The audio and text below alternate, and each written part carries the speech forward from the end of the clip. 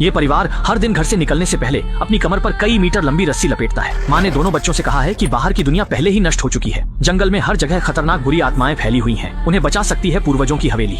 हर बार जब भी वे बाहर सामान खोजने जाते हैं, माँ दोनों बच्चों को समझाती है कि किसी भी हालत में अपनी कमर की रस्सी नहीं खोलनी है, क्योंकि जैसे ही वे रस्सी खोलेंगे वे पूर्वजों की हवेली की सुरक्षा खो देंगे और तब बुरी आत्माएं आसानी से उनके शरीर में घुस जाएंगी, जिससे उनकी जान भी जा सकती है। हालांकि माँ के मुंह से सुनी हुई उन बुरी आत्माओं को दोनों भाइयों ने कभी अपनी आंखों से नहीं देखा था, लेकिन उन्होंने कभी भी माँ की नेक नियत पर शक नहीं किया। उस दिन वे तीनों अलग अलग रास्तों पर जाकर सर्दियों के लिए सामान ढूंढने लगे और जो भी खाने लायक चीज मिलती उसे इकट्ठा करके बैग में भर लेते। इस बार भी तीनों की मेहनत रंग लाई और उन्हें काफी अच्छा सामान मिला। भाई माइक न सिर्फ एक बड़ी हरी इल्ली ढूंढ लाया, बल्कि उसने गुलेल से एक गिलहरी भी मार गिराई, यहाँ तक कि एक मेंढक भी पकड़ लाया। सोचिए, ये तो गिनी चुनी बार मिलने वाला प्रोटीन है। लेकिन दूसरी ओर छोटे भाई पीटर की किस्मत इतनी अच्छी नहीं थी। उसने बड़ी मुश्किल से एक पक्षी का घोंसला ढूंढा, लेकिन जब वह बड़ी मेहनत से ऊपर चढ़ा तो देखा कि चूजे तो कब के निकलकर उड़ चुके थे। ठीक जब वह उदास था, उसने देखा कि थोड़ी दूर जमीन पर एक पक्षी का अंडा पड़ा है। उत्साहित पीटर तुरंत उसे उठाने ही वाला था, लेकिन रस्सी की लंबाई अपनी सीमा तक पहुंच चुकी थी। इतनी नजदीक पड़ी इस लुभावनी चीज को देखकर पीटर ने कई बार सोचने के बाद आखिरकार अपने शरीर से बंधी रस्सी खोलने का फैसला किया। अच्छी बात यह रही कि ऐन वक्त पर बड़ा भाई वहां आ गया। उसे लगा कि यह पक्षी का अंडा शायद किसी दुष्ट आत्मा द्वारा बिछाया गया जाल हो सकता है, इसलिए वह किसी भी हालत में अपने छोटे भाई को रस्सी खोलने देने के लिए राजी नहीं हुआ। इससे पीटर बहुत नाराज हो गया। गुस्से में आकर उसने अपने भाई को सबक सिखाने की ठानी और एक पैर से भाई की रस्सी पर जोर से पैर रख दिया। सोचा भी नहीं था कि जड़ता के कारण माइक खुद को संभाल नहीं पाया और पहाड़ी से लुढ़क गया, जिससे उसका टखना भी मुड़ गया। और भी बुरी बात यह हुई कि उसके शरीर से बंधी रस्सी भी इसी वजह से खुल गई। देखते ही देखते खुद मुसीबत मोल ले ली है, यह समझकर पीटर ने तुरंत सीटी बजाकर माँ को बुलाया। आवाज सुनते ही माँ उसकी ओर दौड़ पड़ी, लेकिन इसी बीच जंगल में अचानक अजीब सी सरसराहट की आवाज गूंज उठी, जिससे माइक बहुत सतर्क हो गया। स्थिति को बेहद गंभीर देखकर पीटर ने भी मजबूरी में रस्सी खोल दी और नीचे आकर अपने भाई को सहारा देकर भागने लगा। लेकिन ऊपर चढ़ने में व्यस्त दोनों को बिल्कुल भी एहसास नहीं था कि उनके पीछे एक भयानक दुष्ट आत्मा धीरे धीरे उनकी ओर बढ़ रही है। अच्छी बात यह रही कि संकट में माँ समय पर वहाँ पहुँच गई, लेकिन वह भी दूसरी दिशा से दौड़ती हुई आई थी और उसकी रस्सी भी अब सीमा पर पहुँच चुकी थी। देखते ही देखते दोनों बच्चे खतरे में थे। माँ ने तुरंत रस्सी काट दी और दुष्ट आत्मा के पहुँचने से पहले ही दोनों बच्चों को पहाड़ी पर खींच लिया। फिर जमीन पर पड़ी रस्सी को उठाकर बच्चों को कसकर अपने साथ बांध लिया, जिससे वे दुष्ट आत्मा के हमले से बच गए। लेकिन साहसी पीटर ने सिर उठाकर देखा तो उसे वहाँ दुष्ट आत्मा की परछाई तक नहीं दिखी, जिससे पहली बार उसने अपनी माँ पर शक किया। घर लौटने के बाद माँ ने तुरंत बच्चों को जमीन पर घुटनों के बल बैठने का आदेश दिया और उनसे दुष्ट आत्मा को पहचानने वाला मंत्र जबरदस्ती पढ़वाया। दोनों भाइयों को यह सब अजीब लगा, लेकिन माँ के हाथ में चाकू देखकर और उसकी जिद के आगे उन्हें उसकी बात माननी पड़ी।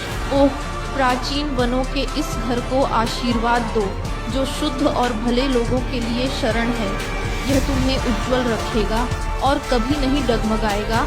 स्वर्ग हमारे घर के भीतर ही है। सुनिश्चित करने के बाद कि बच्चों में कोई दुष्ट आत्मा प्रवेश नहीं कर पाई है, माँ ने अपने हाथ में पकड़ी छुरी नीचे रख दी। उसने माइक के पैर की चोट की जांच की तो पाया कि टखना बुरी तरह मुड़ा था, लेकिन अब घर में कोई दवा नहीं थी, इसलिए माँ ने केवल मरहम वाली शराब से घाव साफ किया। रात के खाने के समय दो बच्चों को दुष्ट आत्माओं की गंभीरता समझाने के लिए माँ ने एक पुरानी घटना सुनाई। उन्होंने बताया कि जब वह छोटी थी तो जंगल में एक लड़की को देखा था जिसका टखना पेड़ के खोखले में फंस गया था। वह लड़की मदद के लिए चिल्ला रही थी, लेकिन अजीब बात यह थी कि वह ठीक उसी जगह थी जहाँ माँ की रस्सी पहुँच नहीं सकती थी। माँ ने पहचान लिया कि यह दुष्ट आत्मा की चाल है, इसलिए उन्होंने लड़की को उसके हाल पर छोड़ दिया। उन्होंने दोनों को चेतावनी दी कि दुष्ट आत्मा किसी भी रूप में बदल सकती है, इसलिए रस्सी नहीं छोड़नी है। रात के खाने के बाद उसने फिर बच्चों को तहखाने में घुसने को कहा। माँ के अनुसार यह तहखाना जादुई शक्ति रखता है जो बुरी आत्माओं को उनके असली रूप में ला सकता है और आत्मा को शुद्ध कर सकता है। हालांकि माँ की बातों में कहानी थी, पर पीटर को अब भी शक था। आखिरकार दिन में दोनों ने रस्सी खोल दी थी, पर उन्हें बुरी आत्मा की परछाई नहीं दिखी। अब उसे शक है कि उसकी माँ मानसिक रूप से ठीक नहीं है और उसे डर है कि माँ के बीमार पड़ने पर वह उन्हें भी मार सकती है, क्योंकि दादा दादी और पिता भी माँ के बताए बुरी आत्मा के संपर्क में आने से ही मारे गए थे। आखिरकार वे माँ की निर्दयी हत्या का शिकार हो गए, लेकिन पीटर यह नहीं जानता था कि उसकी अविश्वास की वजह से अंत में माँ की दर्दनाक मौत हुई। माइक के टखने में चोट लगने के कारण वह बाहर नहीं जा सकता था, इसलिए अब सामान जुटाने की जिम्मेदारी सिर्फ उन दोनों पर थी। साथ ही सर्दी का मौसम आने वाला था और जंगल के जानवर भी वहाँ से जा रहे थे। दोनों कई दिनों तक खाली हाथ लौटते रहे। घर में जमा खाना भी तेजी से कम होता गया। सिर्फ आधा महीना बीता था कि जमा किया हुआ खाना खत्म हो गया। मजबूरी में माँ को 3 रस्सियाँ निकालनी पड़ी। माँ ने तीनों रस्सियों को आपस में जोड़ दिया और अकेले ही दूर दराज के इलाकों में शिकार करने निकल पड़ी। लेकिन जब भी वह किसी शिकार पर निशाना साधती, कोई बुरी ताकत आकर उसमें बाधा डाल देती थी।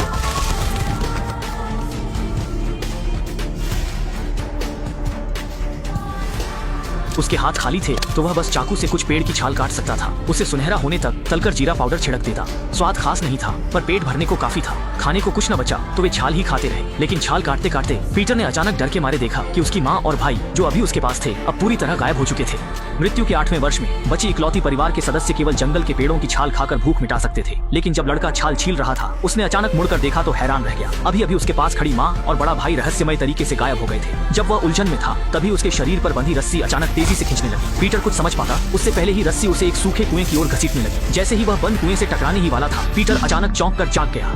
पीटर बचपन से ही नींद में चलता था और अभी जो कुछ हुआ वह एक बुरा सपना था। लेकिन इससे भी बुरी बात यह थी कि इस वक्त उसने अपनी जान बचाने वाली रस्सी नहीं बांधी थी। बिना रस्सी के जंगल में छुपे दुष्ट आत्माएं उसकी जान ले सकती थी। उसकी माँ आ गई, उसे गोद में उठाकर घर ले गई और अपशकुन भगाने वाला मंत्र बोलने को कहा। उसे तहखाने में बंद कर दिया। उसकी माँ की नजरें बेहद कठोर थीं। वह किसी डरावने जीव से निपट रही थी। पीटर को पेशाब आ गई, लेकिन उसकी माँ फिर भी टस से मस नहीं हुई और जब तक अपशकुन भगाने का समय पूरा नहीं हुआ तब तक उसने तहखाना नहीं खोला और पीटर को बाहर नहीं निकाला। लेकिन इस दौरान पीटर की पैंट पहले ही पेशाब से भीग चुकी थी और इस समय वह बेहद अपमानित महसूस कर रहा था। इस घटना के बाद पीटर का यहाँ से जाने का इरादा और भी पक्का हो गया। उसे लगता था कि उसकी माँ अब पूरी तरह से मानसिक संतुलन खो चुकी है और अगर ऐसा ही चलता रहा तो शायद दोनों भाई भी अपने पिता की तरह ही किसी अनहोनी का शिकार हो जाएंगे। आखिरकार इन तथाकथित दुष्ट आत्माओं की सारी बातें तो सिर्फ उसकी माँ की ही कही हुई है। क्या पता ये सब उसकी माँ ने उन्हें नियंत्रित करने के लिए घड़ी बातें हों। लेकिन पीटर को यह नहीं पता था कि वह और उसका भाई जो भी बातें कर रहे थे, दरवाजे के पास खड़ी माँ ने सब सुन लिया था। अगले दिन माँ ने पीटर के साथ अपने रिश्ते को बेहतर करने के लिए अपनी संभाल कर रखी कैमरा निकाली और दोनों भाइयों को कैमरे का सिद्धांत बताया। उसने कहा कि यह कैमरा पुराना है और इसमें अभी फोटो खींची जा सकती है। दोनों को कहा कि वे मौके पर इसका इस्तेमाल करें।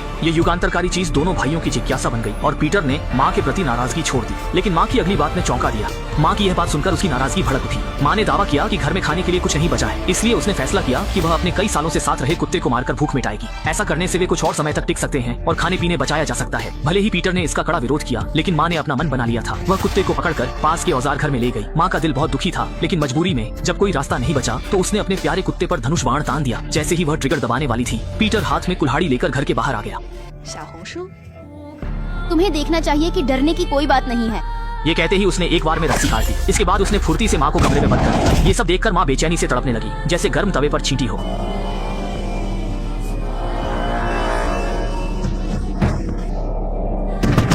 हिस्टीरिया में डूबी माँ को देखकर पीटर को और भी यकीन हो गया कि माँ का दिमाग खराब हो गया है। इसी दौरान बड़ा भाई माइक भी शोर सुनकर वहाँ आ गया। उसने पीटर को जमीन पर गिरा दिया और माँ को बचाने के लिए मुड़ने ही वाला था कि पीटर ने फिर से उसे पकड़कर गिरा दिया। दोनों के बीच झगड़ा चल ही रहा था कि घर के अंदर माँ ने डर के मारे देखा कि वह दुष्ट आत्मा न जाने कब घर में घुस आई थी और सांप जैसी जीभ निकालते हुए धीरे धीरे पास आ रही थी। खुद को उस दुष्ट आत्मा से बचाने के लिए बच्चों की माँ ने बिना हिचकिचाए अपना गला काटने का फैसला किया ताकि दुष्ट आत्मा उसमें प्रवेश न कर सके। यह देखकर दोनों भाइयों ने झगड़ा करना छोड़ दिया। माइक तुरंत घर के अंदर भागा और माँ को जगाने की कोशिश की, लेकिन तब तक बहुत देर हो चुकी थी। माँ हमेशा के लिए उन्हें छोड़ चुकी थी। भले ही घर के अंदर राक्षस का कोई निशान नहीं था, लेकिन डर के मारे पीटर ने फिर भी अपने शरीर पर रस्सी बांध ली। इस घटना के बाद बड़ा भाई पूरी तरह टूट गया और पीटर को ही घर का सहारा बनना पड़ा। भूख से मरने से बचने के लिए उसने तीनों रस्सियों को जोड़कर एक लंबी रस्सी बना ली ताकि वह और दूर जाकर सामान खोज सके। चलते चलते वह एक ऐसी सड़क पर पहुंच गया जहां वह पहले कभी नहीं गया था और नीचे की बेहद सख्त जमीन को देखता रहा।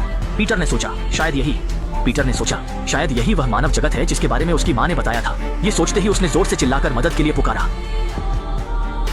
चिल्लाने के बावजूद कोई जवाब नहीं आया। निराश होकर जंगल में अपने पुश्तैनी घर की ओर लौट रहा था, तभी थोड़ी दूर पर एक फैशनेबल बैकपैकर आदमी आता दिखा। उसने खुद को यात्री बताया और कहा कि उसने अभी अभी उधर से मदद की पुकार सुनी थी, इसलिए देखने चला आया। उस आदमी की बातें सुनकर पीटर को भी एहसास हुआ कि शायद बाहर की दुनिया वैसी बुरी नहीं है जैसी उसकी माँ ने उसे बताया था। लेकिन बचपन से उसके मन में जो विचार भरे गए थे, बचपन से इस वजह से वह सामने खड़े व्यक्ति पर भरोसा नहीं किया। आदमी ने सुनकर कहा कि उसके बैग में खाने का सामान है जिसे वह उनके साथ बांट सकता है और उसकी गाड़ी पास ही खड़ी है जिससे वे कभी भी यहाँ से जा सकते हैं। लेकिन तभी माइक ने अचानक धनुष बाण तानकर सामने आ गया। भले ही वह आदमी सफाई देता रहा कि उसकी कोई बुरी मंशा नहीं है, लेकिन माइक ने बिना झिझक ट्रिगर दबा दिया। मैंने अपने धनुष से बाहर खड़े बैकपैकर पर निशाना साधा क्योंकि मैंने एक नजर में पहचान लिया कि वह एक दुष्ट आत्मा का रूप है। असल में मेरी मर चुकी माँ ने मुझे पहले ही बता दिया था कि बाहर की दुनिया पूरी तरह तबाह हो चुकी है और इंसान दुष्ट आत्माओं में बदल चुके हैं। भले ही वह आदमी समझाता रहा कि उसकी बुरी मंशा नहीं है, लेकिन मैंने मान लिया कि दुष्ट आत्मा की चाल है, इसलिए मैंने बिना किसी हिचकिचाहट के धनुष चला दिया। घायल आदमी भागने को मजबूर हुआ, पर खून बहने से वह जमीन पर गिरकर मर गया। पीटर तुरंत उसका पीछा करता हुआ पहुंचा और उसका बैग हासिल कर लिया। घर लौटने पर उसने देखा कि बैग में बहुत सारे डिब्बा बंद खाने के सामान थे। भूखे पीटर ने तुरंत एक डिब्बा खोल लिया। ये पहली बार था जब उसने इतना स्वादिष्ट खाना खाया। वह चाहता था कि उसका बड़ा भाई भी इसका स्वाद चखे, लेकिन माइक को यकीन था कि यह दुष्ट आत्माओं का जाल है, इसलिए वह एक निवाला भी खाने को तैयार नहीं हुआ। लेकिन आधी रात को उसकी भूख बर्दाश्त से बाहर हो गई। उसने इंतजार किया कि उसका छोटा भाई नींद में चला जाए। चुपके से डिब्बा बंद खाना खाने लगा। पेट भरने के बाद उसने मरे हुए आदमी की चीजें देखने शुरू की। इसी दौरान माइक को पता चला कि उस आदमी की एक बेटी थी। इसी पल से उसके मन में संदेह हुआ, क्या वह गलत था? उसका छोटा भाई सही था। माइक कुर्सी पर बैठ गया और उस टॉर्च से देखने लगा, लेकिन पास के टूल शेड से आवाजें आईं। उसने रस्सी बांधी और देखने गया। उसने देखा कि कमरे के अंदर एक काली परछाई तेजी से गुजर गई। जैसे ही वह अंदर देखने गया, उसके पीछे एक छोटी लड़की आ गई।